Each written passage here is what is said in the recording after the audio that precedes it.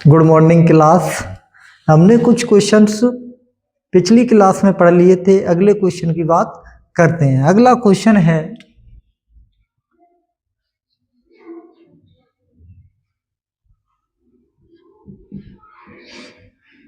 प्रतिजैविक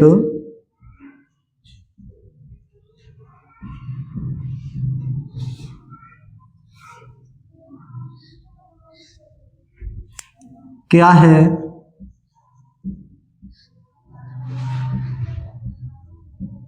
किन्हीं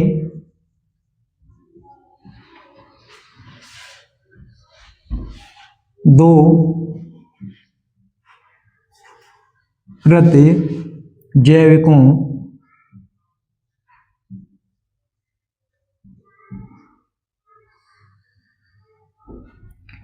के नाम लिखिए।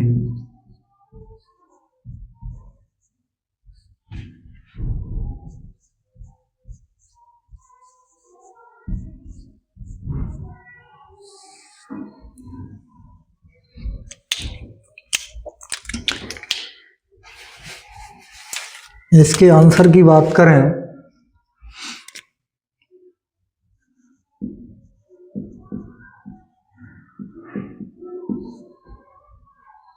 कुछ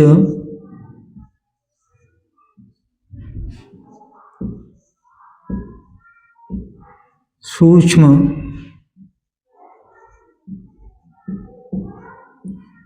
जीवों द्वारा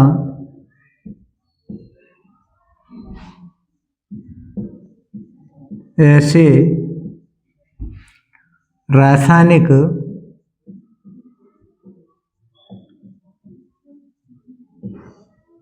पदार्थ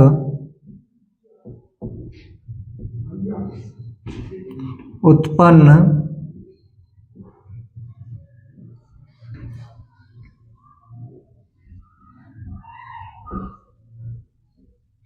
किए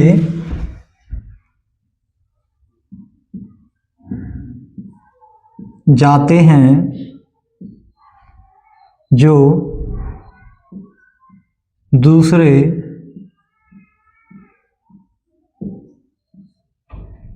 सूक्ष्म जीवों के लिए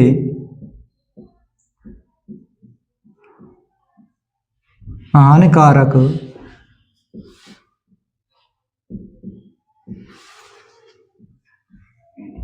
होते हैं।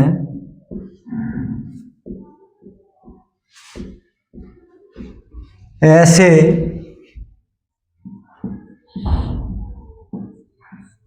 पदार्थों को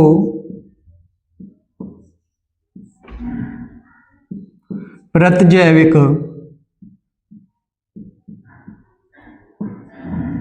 कहते हैं।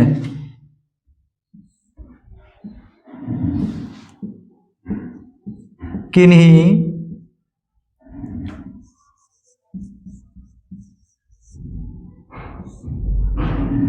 दो प्रतिजैविकों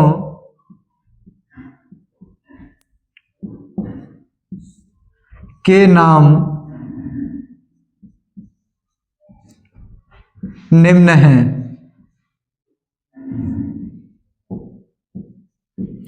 नंबर 1 पेनिसिलिन।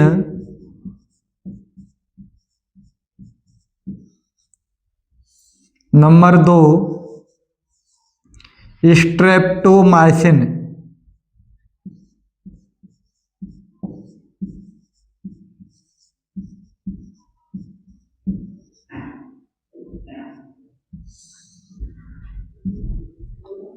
तो प्यारे बच्चों, इस क्वेश्चन की बात करें, प्रतिजैविक क्या है?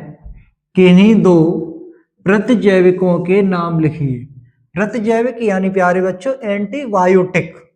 एंटीबायोटिक औषधियों की बात कर रहे हैं। तो कुछ सूक्ष्म जीवों द्वारा ऐसे रासायनिक पदार्थ उत्पन्न किए जाते हैं जो दूसरे सूक्ष्म जीवों के लिए हानिकारक होते हैं।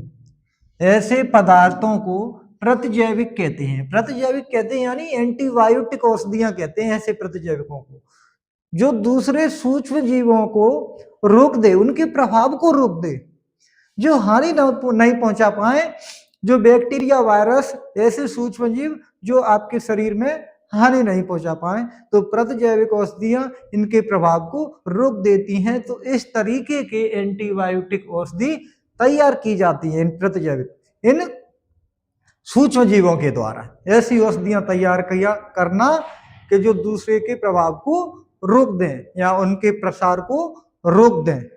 अगले क्वेश्चन की बात करते हैं। दो औषधियों के नाम निम्न हैं लेकिन, पेनिसिलिन और स्ट्रेप्टोमाइसिन। अगले क्वेश्चन की बात करें। अगला क्वेश्चन है क्वेश्चन नंबर 10। क्वेश्चन नंबर 10 है, विपुंसन किसे कहते हैं?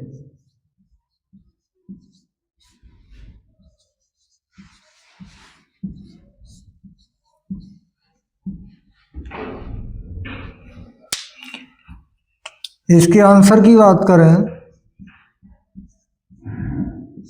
विपुंसन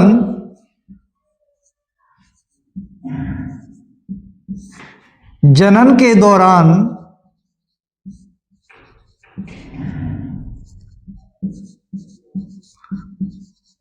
मादा जनक के रूप में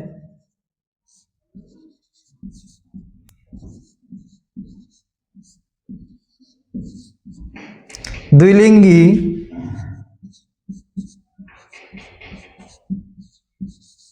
पुष्पों से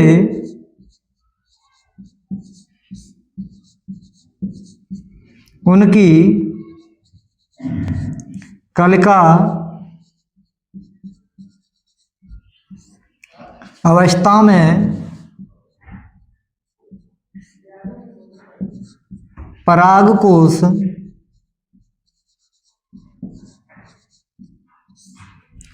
को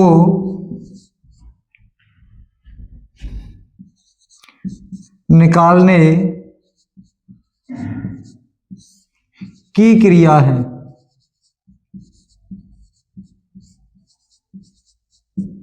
प्यारे बच्चों, बात करें विपुंसन किसे कहते हैं? विपुंसन, तो प्यारे बच्चों, विपुंसन जनन के दौरान मादा जनक के रूप में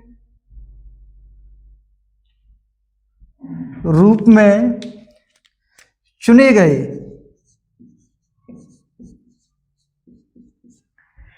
द्विलिंगी पुष्पों से उनकी कलिका अवस्था में परागकोश को निकालने की क्रिया है। यानी प्यारे बच्चों, परागकोश को निकाला जाता है।